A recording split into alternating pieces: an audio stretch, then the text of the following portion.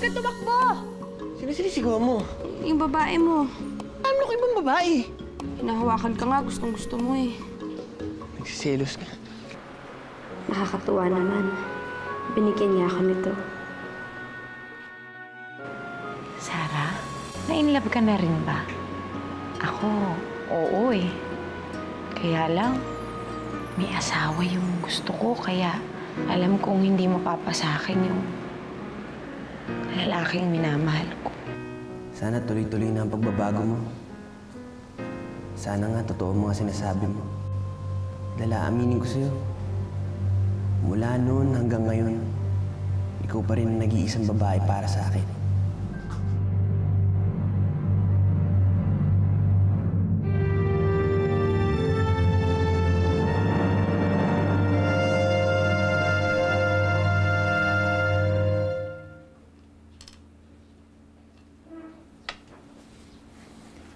Kuya, saya-saya mo na naman ah. Parang hindi ka nagka-problema. Ano pa ba ang dapat kong problemahin? Sabagay, wala na nga. Kasi mukhang okay na kayo ng asawa mo eh. Alam mo, Yago, ang dami niyang mga bagay na ginagawa ngayon para sa amin ng mga bata na hindi niya ginagawa dati. Katulad ng... Nagbago na kaya talaga si Ate Vanessa? O tulad lang ng dati? Pinaiibig ka lang niya ulit. Kilala mo naman yun eh. Kapag may gusto siya, nagiging mabait siya. Tapos pag nakuha na niya yung gusto niya, sumasama na uli yung ugali.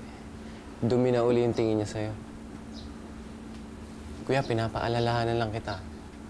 Kasi mukhang nahuhulog na naman yung loob mo sa kanya eh. Huwag ka nang papabola kay Ate Vanessa.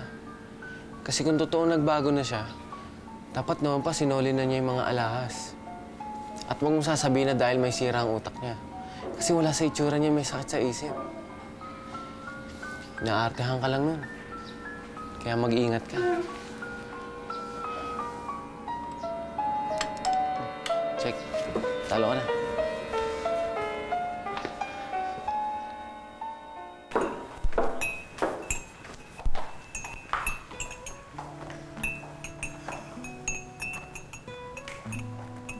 Oh, parang may lakad ka yata. Dadalawin ko ang anak ko. Oh, bakit naman biglang thoughtful mo naman sa anak mo? Sinasamantala ko lang ang pagkakataon, Sofia. Alam mo na, para habang pilay ang anak ko, palagi niyang alam na naalala ko siya at laging dinadalaw. Eh, para naman kapag mapalagay na yung loob niya sa akin at nakuha ko na ang loob niya, aba, hindi magtatagal. Malalaman ko rin kung saan niya itinago ang mga ninakaw niya, hindi ba?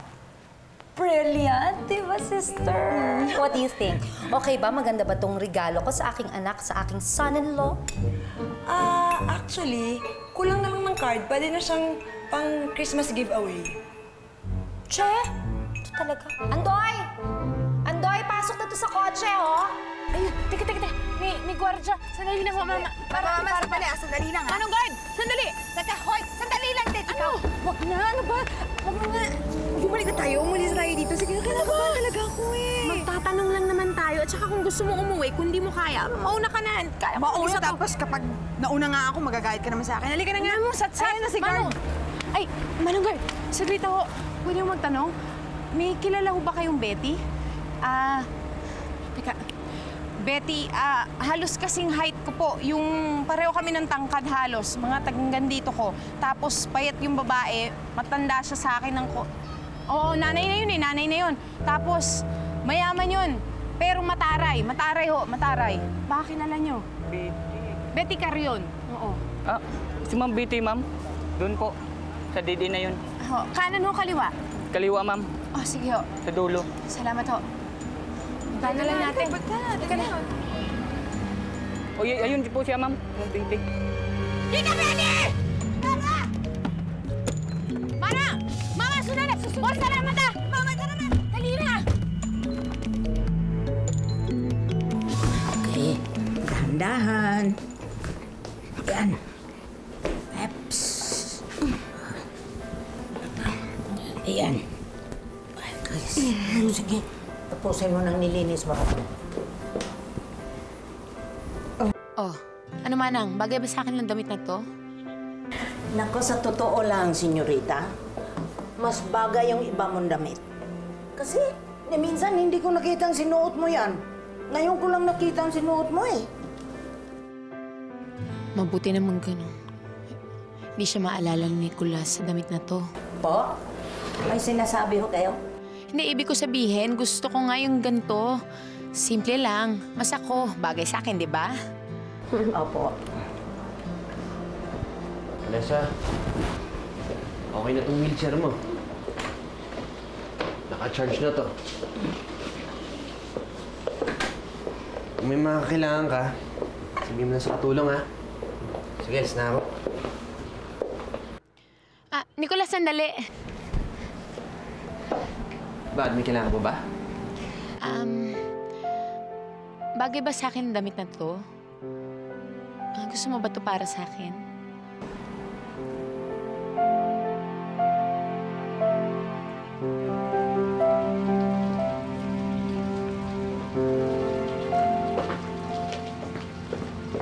Happy anniversary.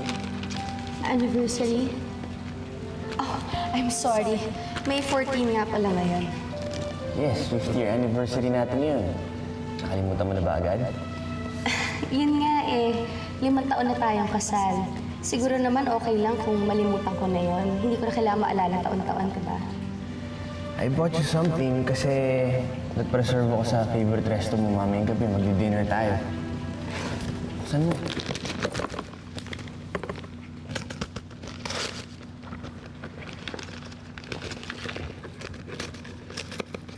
Tulungan tayo sa mo.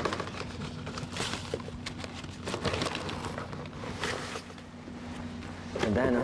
Yan ang isusuot mo mamayang gabi, ah. Papasok mo sa akin pa.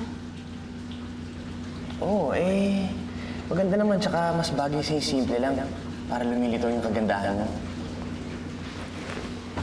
Mukhang pangkatulong. At hindi ako mukhang katulong. Kung gusto mo, sa'yo na lang yan. O kaya naman, ibigay mo sa isa sa mga maids natin. Baka siya gusto niyang isuot yan, hindi siya na rin isama mo sa dinner, ha?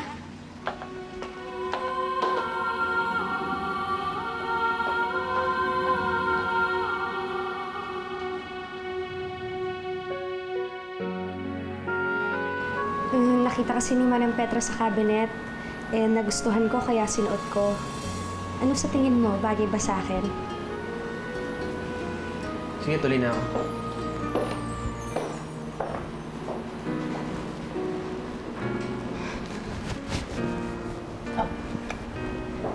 Sobra naman si senyorito. Dinidedma po kayo. Mahirap ako.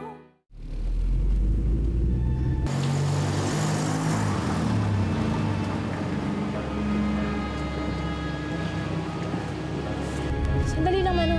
Dito lang ho. Dito lang ho.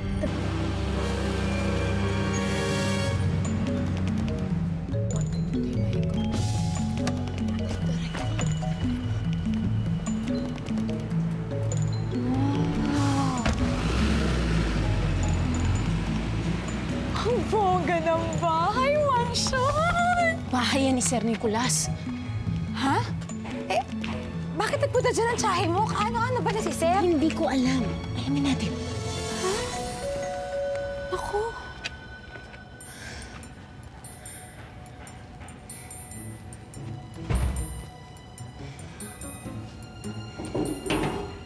Ikaw pala. araw Ulit ho. si Sir Nicolas? Hindi ho. Matanong ko lang ho kasi kanina may pumasok na kotse dito. May sakay na babae. Para kasing pamilyar yung babaeng yun sa akin eh. Si Senyora Betty yun. Siya nga. Siya nga yung babaeng sinasabi ko. Bakit siya nandito? Dadalaw sa anak niya. Anak? Sino anak niya? Si Senyorita Vanessa. Yun ang mami ni Senyorita Vanessa, si Ma'am Betty. Di mo ba alam yun?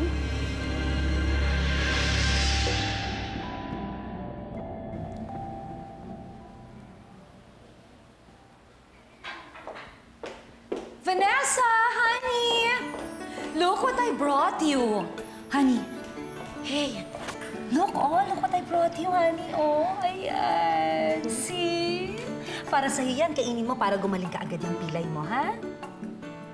O ano pa, ibaba mo dyan sa table, o huwag kang tanga. Dali! Sus, katangang muchacha. Oh, baby. Bakit? Ano nangyari sa'yo? May problema ka ba, ha? Ba't parang matamlay ka?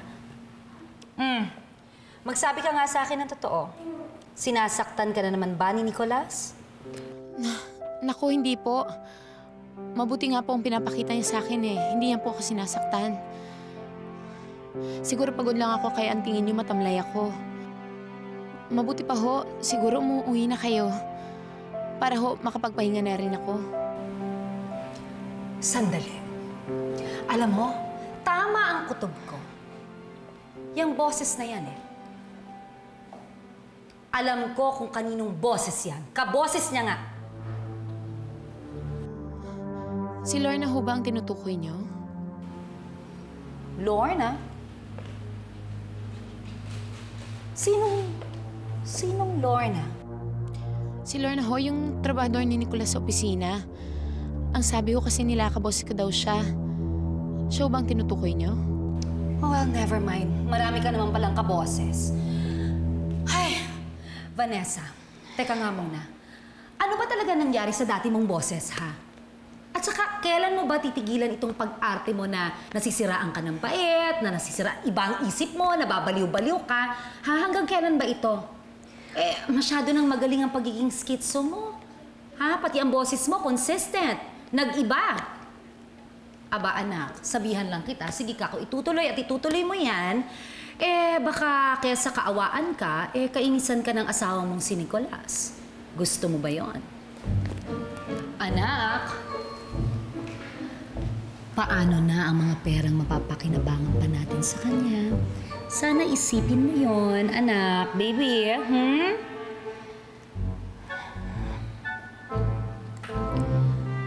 Oh, ay, ano ba yan? Saan ka mapupunta? Sige, magpapahinga na ho ako. Nag-uusap pa tayo.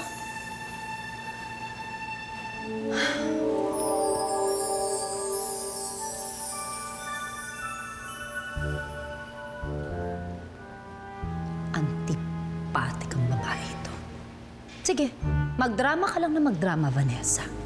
Pinagbibigyan lang kita. Gaga. Si Ma'am Vanessa ho ba yung dating Sinesa Carrion? Oo, siya na nga. Pero wag mong sasabihin niya na Nessa ang pangalan niya. Ayaw na ayaw kasi niya na tinatawag niyang Nessa. Nachichipan daw kasi siya doon sa pangalang yun. Kaya Senyorita Vanessa na lang tinawag namin sa kanya. O tara, pasok kayo. Sige, makikiinom na lang din ako. Doray, wag na. Ha? Manang. Pakiusap lang ho, baka pwedeng wag niyo na lang sabihin sa amo ninyo na dumaan kami. Baka kasi magtampo sa akin dahil hindi ako nagpakita eh. Salamat ho. Sige, ingat kayo.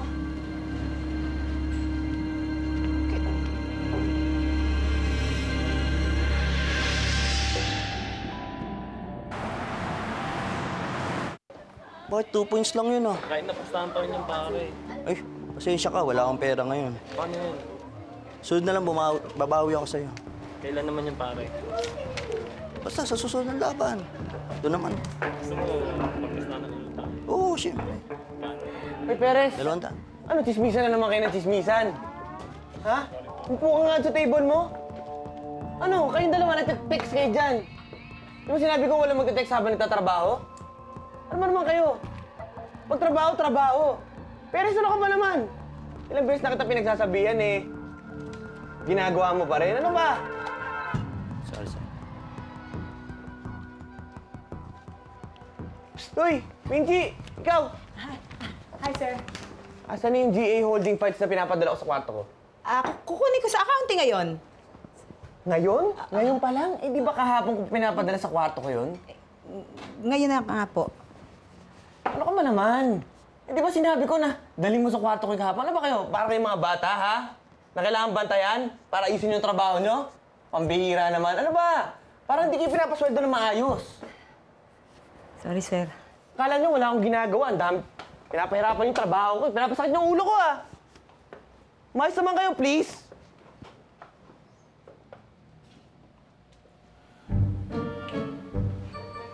Ma'am, bakit po mainit ang ulo ni Sir? I'm sure, nag-away na naman sila ng asawa niya. Kaya ayusin niyo yung mga trabaho niyo nang hindi tayo lahat napapagalitan. Yes, ma'am. Ha? Kunin mo yung nandun sa accounting. Alam na nila yung papers na kailangan ni Sir.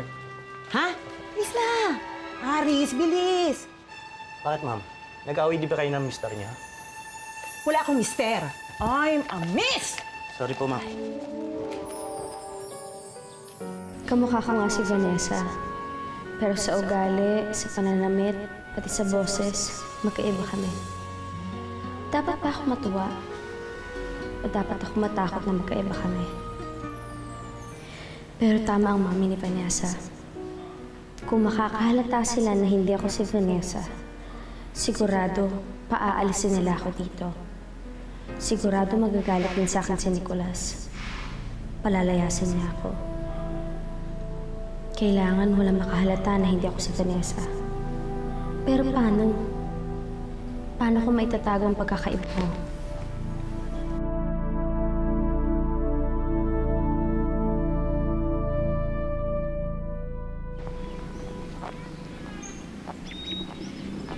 Lara, ano ba? Hindi pa ba tayo babalik na opisina? Anong oras na ba kayo naharap na tayo doon? Ninenervyos na ako eh. Balik na tayo. Manang-mana siya sa inay niya. Ah? Ang sama-sama niya. Sino sinasabi mo dyan? Si Vanessa. Oh, akala ko ba sa'yo mo mabait siya? Di ba sa'yo mo magaang loob mo sa kanya? Noon yun. Bago ko pa malaman kung sino talaga siya. Bago ko pa malaman na siya ang anak ng tiyahin ko. Na siya yung batang nang api sa akin nung maliit pa. Galit ako sa kanya, Dora. Galit ako sa kanya. Dahil nasa dugo niya.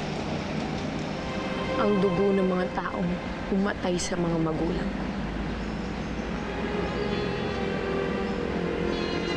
Sinusumpa ko sila doon. Mga mamamatay tao silang lahat.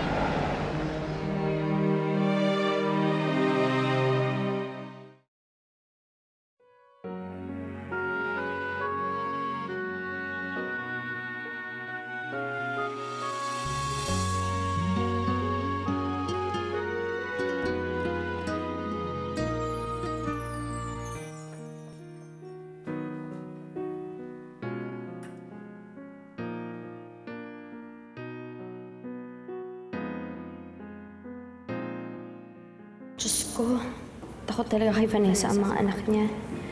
Pati ba yun kakayahin ko? Kailangan bang takutin ko rin ang mga bata para lang walang makalata na ako si Vanessa? Parang hindi ko naman ata kaya yun.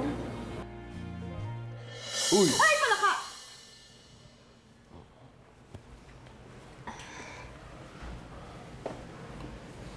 Ay, palaka. Hindi ka na yata social ngayon, Ate Vanessa.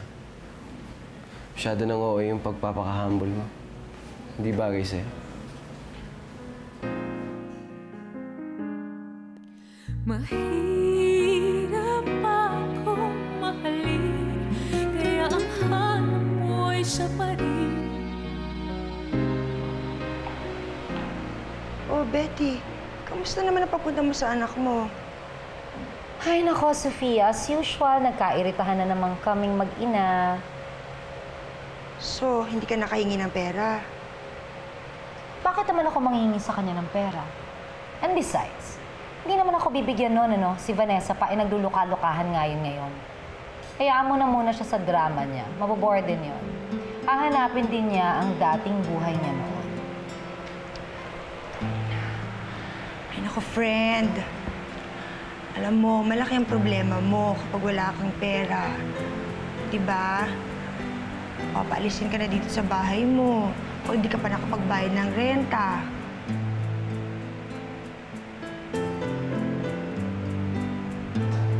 Yeah, I know. Lara, naiintindihan kita. Alam ko kung anong pinanggagalingan ng sama ng loob mo. Pero Lara, matagal na yun. Siguro naman dapat kalimutan mo na.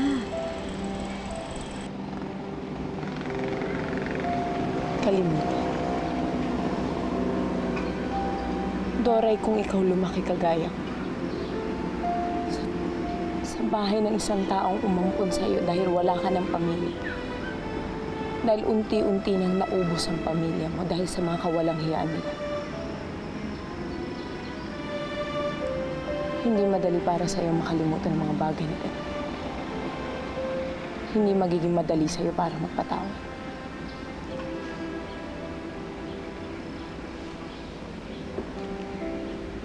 Buong buhay ko, dalawang bagay lang ang nasa isip ko. Ang makita ko ang kapatid ko.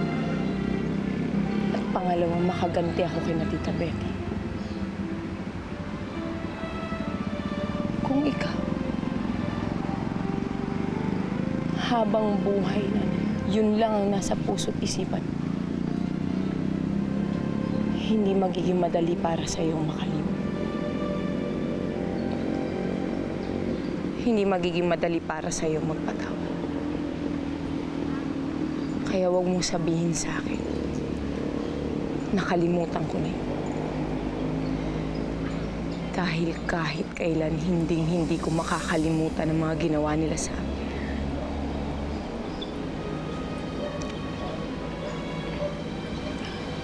Ikaw lang naman ang iniisip ko. Alalahanin mo, empleyado ka pa rin ng asawa ni Ma'am Vanessa. Hindi naman siguro tama na magalit ka sa mga taong nagpapakain sa'yo. Lara, matakot ka naman sa karma.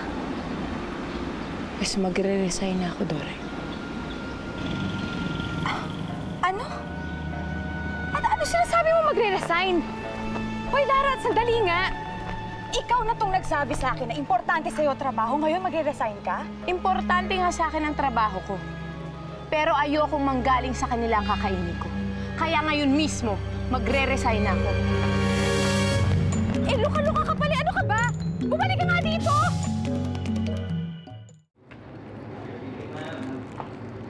Sa wakas, dumating din ang mga boss. Anong oras na po, mga ma'am? Ang haba-haba naman ang break nyo. Ba't na ngayon na kayo dumating, ha? Ha? Po. Ay, mama! Teka, tinatanong ko ba? Miss Minchie, tama na! Bakit? Ano ba kayo dito? Katulong lang kayo! May karapatan ako na swetohin kayo at disiplinahin kayo. Lalo pag niloloko yung trabaho nyo! Ganun, ha? Ha? Ano? Para yan sa lahat ng panlalait mong gin sa amin, ha? Para yan sa lahat ng mga kawalang hiyuan mo! Tama na! Tama na! Tama na! Nakakakit po sila, sir! Eh, kasalanan mo eh. Sila po na nanakit eh. Sila po na! Doon ka na nga sa office. Yan ang napapala mo tuloy. At ikaw? Sir, gusto ko sana kayo makausap. May sasabihin sana ako. Ganun ba? O sumunod ka sa akin. Ano? Di ba gusto mo ka mo makausap? Hindi sundan mo ako. Ang ginagawa ba dito? Sumunod ka na dun.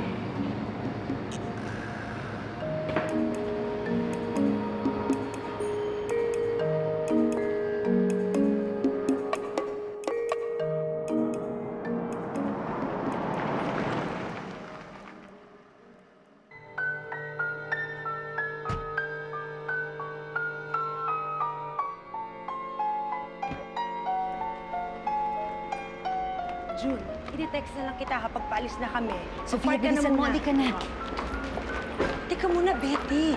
Nasaan ba tayo? sa opisina ni Nicolas. Bakit tayo nandito? Aba, dahil sa kanya ako manghihingi ng pera. Aba, ikaw para naman kay Vanessa, mas generous ang manugang ko. Di ba nakakahiya yun? Mas nakakahiya kung paalisin ako sa bahay ko, hindi ba? Hindi ko na.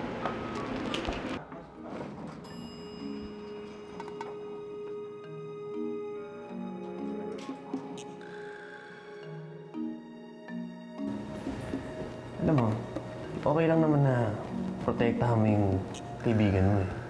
Pero mali yung nananakit ka ng kapwa katrabaho mo. Eh, hindi na kasi ako nakapagpigil, sir. Tsaka isa pa, matagal na talaga ako nagtitimpi dun sa Miss Minchi na yun, no? Teka, parang pati sa akin galit ka, ha? Eh, saan ba talaga tayo pupunta, sir? Iinom tayo. Iinom ho? Oo. Ay, sir, hindi pwede yun ah. Mag-resign na nga ako sa inyo eh. O, porque iinom tayo, magre-resign ka na. Sir, kasi... Ikaw baka akala mo type kita. Hindi. Sinasama lang kita, iinom tayo dahil close kayo na asawa ko. Marami akong gustong sabihin tungkol kay Vanessa. Ano naman yun tungkol kay Vanessa? Dali, mamaya na. Hello, Ruben. Hello. Ba't ba kailangan kitang tawagan, ha? Sir! Para tungguin mo.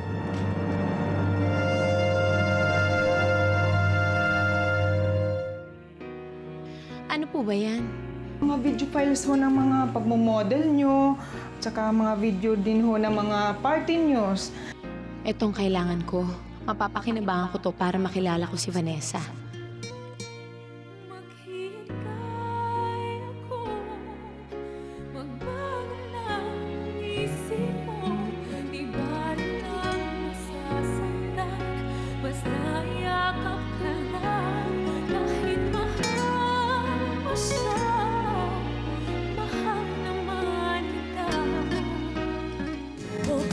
Makikita ang hanap, kailan makakamit ang pangarap.